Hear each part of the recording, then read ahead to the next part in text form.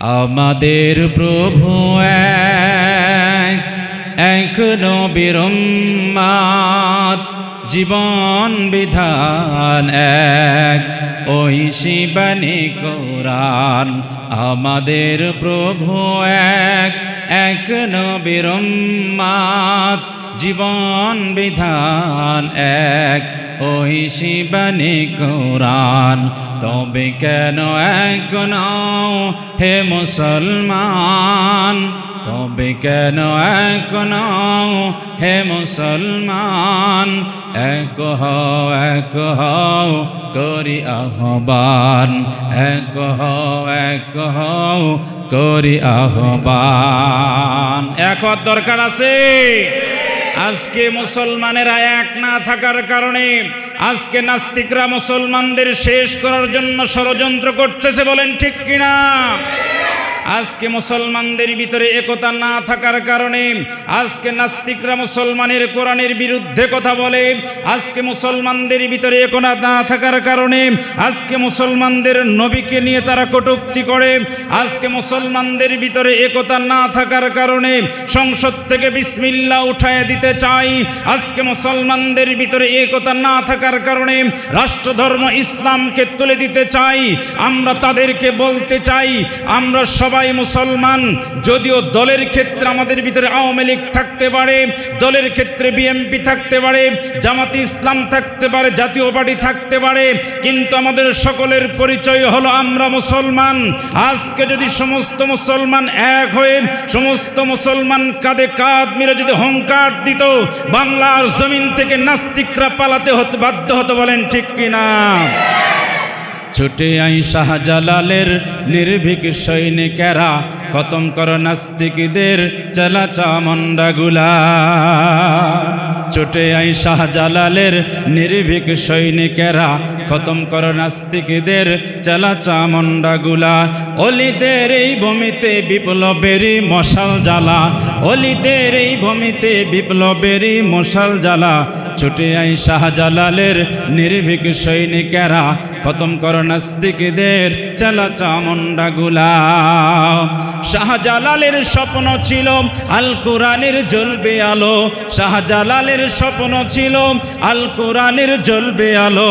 সে আলো ছড়িয়ে দিতে, সে আলো ছড়িয়ে দিতে বিপ্লবেরই মশাল জ্বালা। ছুটে আই শাহজালালের নির্ভীক সৈনিকেরা, খতম করো নাস্তিকদের চালা চামুন্ডাগুলা। শাহজালালের পাকভূমিতে আসে যারা ভাগ বসাতে, ঠিক কিনা? শাহজালালের পাকভূমিতে আসে যারা ভাগ বসাতে, নাস্তিকদের দালালোরা, নাস্তিকদের দালালোরা পরা ওদের জুতার মালা। ছুটে আই শাহজালালের নির্ভীক সৈনিকেরা, খতম করো নাস্তিকদের চালা চামুন্ডাগুলা। মুসলমান এক হতে হবে। মুসলমান এক যদি না হয় তাহলে আস্তে আস্তে আমাদের মাঝে বিভক্ত করতেছে, বলতেছে তারা আওয়ামী লীগ আলাদা, বিএনপি আলাদা, জামাত আলাদা, জাতীয় পার্টি আলাদা। আজকে নাস্তিকরা দলে দলে বিভক্ত করে আজকে একে একে মুসলমানদের শেষ করতেছে, বলেন ঠিক কিনা? আজকে আমাদের সোচ্চার হতে হবে। দল আলাদা হতে পারে কিন্তু আমরা সবাই মুসলমান, এক নবীর উম্মত, এক আল্লাহর গোলাম। আমাদের কোরআন এক, সব কিছু আমাদের এক। দলের ক্ষেত্রে আমরা আলাদা থাকতে পারি কিন্তু ইসলামের ক্ষেত্রে আমরা সবাই এক, বলেন ঠিক কিনা? ও মুসলমান ভাইয়েরা, আমরা বিশ্বাস করি, আমাদের বিশ্বাস আছে আল্লাহ রাব্বুল আলামিন আমাদের সৃষ্টি করেছেন, আল্লাহ তাআলা আমাদেরকে মৃত্যু দিবেন, এর প্রতি আমাদের সকলের বিশ্বাস আছে। মৃত্যুর পর পুনরায় আল্লাহ আমাদেরকে জীবিত করবেন, এর প্রতি আমাদের বিশ্বাস আছে না? না। তাহলে মৃত্যুর পর আল্লাহ রাব্বুল আলামিন আমাদেরকে জীবিত করবেন। মৃত্যুর পর যেহেতু জীবিত করা হবে, এই জন্য আমরা দোয়া করি যারা কবরবাসী হয়েছে তাদেরকে যেন আল্লাহ তাআলা মাফ করে দেয়। মাফ হয়ে তারা যেন আবারও যখন জীবিত হবে তারা নিরপরাধ যেন জীবিত হয়, আল্লাহর কাঠগড়ায় যেন তারা জীবিত অবস্থায় দাঁড়িয়ে যায়। এই জন্য মুসলমান আজকের এত সুন্দর আয়োজন করা হয়েছে। ও মুসলমান, আজকে আমরা এখানে যারা বসে আছি, অনেকের বাবা আছে, অনেকের মা নাই, অনেকের মা আছে, অনেকের বাবা নাই। ও মুসলমান, আমরা এখানে সবাই মুসলমান। মুসলমান হিসাবে আল্লাহ রাব্বুল আলামিন আমাদের সর্বপ্রথম যে কাজ দিলেন, আল্লাহ রাব্বুল আলামিন সর্বপ্রথম জানিয়ে দিলেন, ও আমার বান্দারা, সর্বপ্রথম তুমি আমি আল্লাহর ইবাদত করো। আল্লাহ রাব্বুল আলামিন জানিয়ে দিলেন, ওয়া ক্বাদা রাব্বুকা আল্লা তা'বুদু ইল্লা ইয়্যাহু ওয়া বিল ওয়ালিদাইনি ইহসানা। আল্লাহ রাব্বুল আলামিন জানিয়ে দিলেন, ও আমার বান্দার, সর্বপ্রথম তোমরা আমি আল্লাহর ইবাদত করো। আমি আল্লাহর ইবাদত করবে, আমি আল্লাহর ইবাদতের সাথে সাথে তোমাদের পিতা মাতার সাথে তোমরা ভালো ব্যবহার করবে। ও মুসলমান, আল্লাহ রাব্বুল আলামিন আলাদা জায়গায় আয়াত নাজিল করে বলতে পারতেন, কিন্তু আল্লাহ তাআলা তার ইবাদতের সাথে সাথে পিতা মাতার কথা জানায় দিলেন, তোমরা পিতা মাতার সেবা করবে, পিতা মাতার সাথে ভালোবাসা দিবে। শুধু তাই নয়, এই আয়াতের ভিতরে আপনারা অনেকে জানেন পিতামাতার সাথে কেমন ভাবে আচরণ করতে হবে, বিস্তারিত আল্লাহ রাব্বুল আলামিন ঘোষণা দিয়েছেন। ইম্মা ইয়াবলুগান্না ইনদাকাল কিবারা আহাদুহুমা আও কিলাহুমা ফালা তাকুল লাহুমা উফফিন ওয়ালা তানহারহুমা। আল্লাহ রাব্বুল আলামিন জানিয়ে দিলেন, পিতামাতার মধ্য থেকে যদি কেউ বার্ধক্যে উপনীত হয়, পিতামাতার সাথে এমন আচরণ করো না যে আচরণের কারণে পিতামাতা ও শব্দটা করে ফেলে। শুধু তাই নয়, ওয়ালা তানহারহুমা, তোমরা পিতামাতাকে ধমকও দিবে না। কি করতে হবে আল্লাহ রাব্বুল আলামিন জানিয়ে দিলেন, ওয়াকুল লাহুমা কাওলান কারীমা। আল্লাহ রাব্বুল আলামিন জানিয়ে দিলেন, তাদের সাথে সুন্দরভাবে আচরণ করো, সুন্দরভাবে ব্যবহার করো, সুন্দর ব্যবহার করো, নরম নরম কথা বলো। শুধু তাই নয়, আল্লাহ রাব্বুল আলামিন আরো জানিয়ে দিলেন, যখন তোমাদের পিতামাতা দুনিয়া থেকে বিদায় নেবে, বিদায় নেওয়ার সাথে সাথে তোমরা মনে করো না পিতামাতার হক তোমাদের আদায় হয়ে গেছে, এটা তোমরা মনে করো না। মৃত্যুর পরেও তোমাদের হক আছে, সেটি হলো ওয়াকুর রব্বিরহামহুমা কামা রাব্বায়ানি সগীরা। সবাই বলেন আমার সাথে, ওয়াকুর রব্বিরহামহুমা কামা রাব্বায়ানি সগীরা।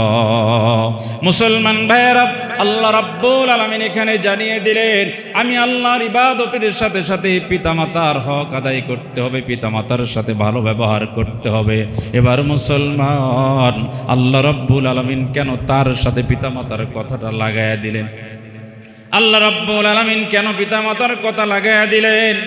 আল্লাহ রাব্বুল আলামিন এটা বোঝাতে চায়, আমি আল্লাহর ইবাদত করবা ঠিক আছে, হজ করবা ঠিক আছে, নামাজ পড়বা, যাকাত দিবা, রোজা পালন করবা, সব কিছু ঠিক আছে, সমস্ত ইবাদত ঠিক আছে, কিন্তু যদি তোমরা পিতামাতাকে কষ্ট দিয়ে থাকো, পিতামাতা যদি তোমার কাছ থেকে কষ্ট পায়, তুমি হজ করো না কেন, নামাজ পড়ো না কেন, যাকাত দাও না কেন, পিতামাতা যদি তোমার প্রতি অসন্তুষ্ট থাকে, আমি আল্লাহর কাছে তোমারও কোনো ইবাদত বুঝবে না।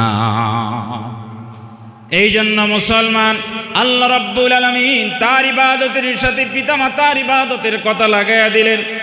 তার বাস্তব প্রমাণ হলো আল্লাহ রাব্বুল আলামিন পিতামাতার কষ্ট দিলে যে তার ইবাদত কবুল হয় না। আল্লাহ রাব্বুল আলামিনের একজন প্রিয় বান্দা হযরতে মালিক ইবনে দিনার রহমাতুল্লাহি আলাইহি, অনেকে নাম শুনেছেন, নাম শুনেন নাই? হযরতে মালিক ইবনে দিনার অনেক বড় আল্লাহর ওলি। হযরতে মালিক ইবনে দিনার রহমাতুল্লাহি আলাইহি হজে গেলেন। হজে যাওয়ার পর মালিক ইবনে দিনার রাহমাতুল্লাহি আলাইহি হজ পালন করলেন। হজ পালন করে মালিক ইবনে দিনার আল্লাহ রাব্বুল আলামিনকে ডাক দিয়ে বলছেন, আল্লাহ, আমি একটু জানতে চাই আমার হজ কবুল হলো কিনা। আল্লাহ রাব্বুল আলামিন মালিক ইবনে দিনারকে জানায়া দিলেন, ও মালিক, তোমার হজ আমি আল্লাহ তাআলা কবুল করেছি, কিন্তু রে মালিক, আরেকটা দুঃখের খবর আছে। মালিক বলে, আল্লাহ, কি দুঃখের খবর? আল্লাহ রাব্বুল আলামিন মালিক ইবনে দিনারকে ডাক দিয়ে বলছে, রে মালিক ইবনে দিনার, আমি আল্লাহ তোমার হজ কবুল করেছি, ঠিক আছে, কিন্তু মক্কায় এমন একজন ব্যক্তি আছে, 1 বছর নয়, 2 বছর নয়, 7 বছর নয়, 10 বছর নয়, আজকে দিয়ে 40টা বছর মক্কায় অবস্থান করে হজ পালন করলো, 40 বার হজ করলো। এরে মালিক ইবনে দিনার 40 বার হজ করেছে, আমি আল্লাহ তার হজ কবুল করি নাই। মালিক ইবনে দিনার আশ্চর্য হয়ে গেলেন। আল্লাহ ওই হতভাগাটাকে আমি একটু দেখতে চাই। আল্লাহ রাব্বুল আলামিন মালিক ইবনে দিনারকে তার নাম ঘোষণা করলেন, তার নাম জানায় দিলেন মুহাম্মদ ইবনে হারুন সামারকান্দি।